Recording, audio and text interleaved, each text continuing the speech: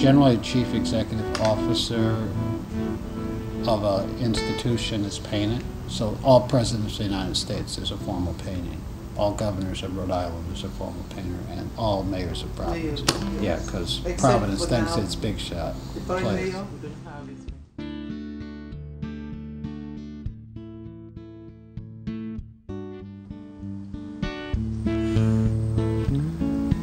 But you know, what I really,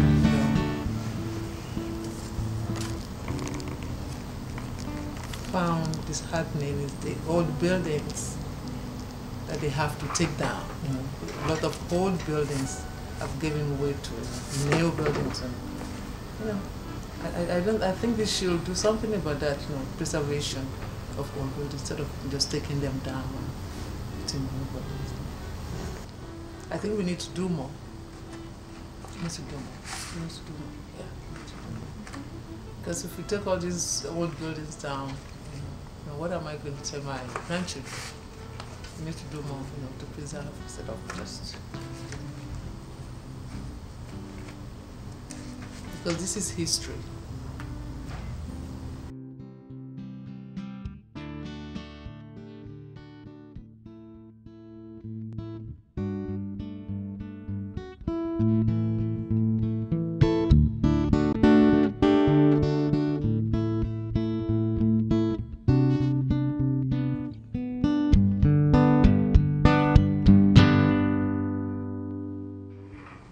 What am I doing? I told you what I was doing.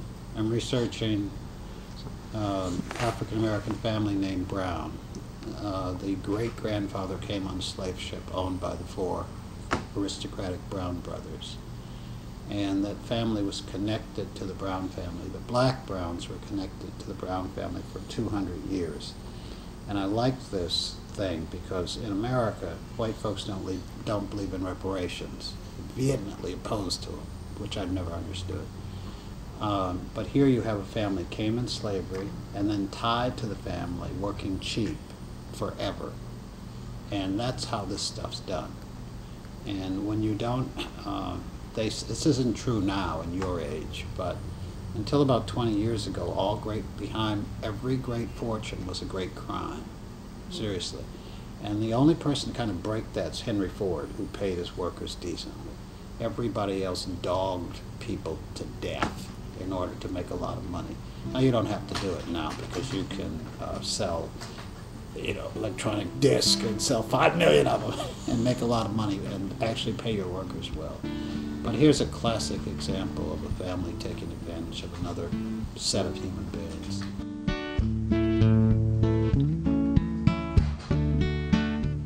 It's probably my hobby.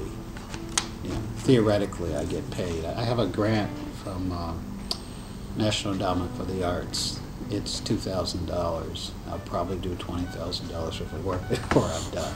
So the last time I had a grant, it was for $1,200, and I worked on it 3 years, and we calculated I made 17 cents an hour. That's why I wanted that quarter from you, so I could make like double the money in this. But again, Americans aren't much interested in history. They're not interested in the built environment. They're not interested in architecture. I quite often go in the classroom and I'm talking to students of your age, and the first thing I do is there are 20 people in the room, and I say, tell me when your grandfather came to America, or grandmother, or whoever. And they go, I don't know. And you just like look at them, and you would think they'd just run home and ask their grandmother, did you come to America or did your mother come? But they don't. If you come back to the class a year later, they still don't know. So we're kind of we are people without roots, and it's actually very sad. If you talk to Europeans, they're really quite different. You can go back 6, 7 generations, and we can't do it. And that's one of the hopes I have for us, because if we knew more about ourselves, we'd be different people.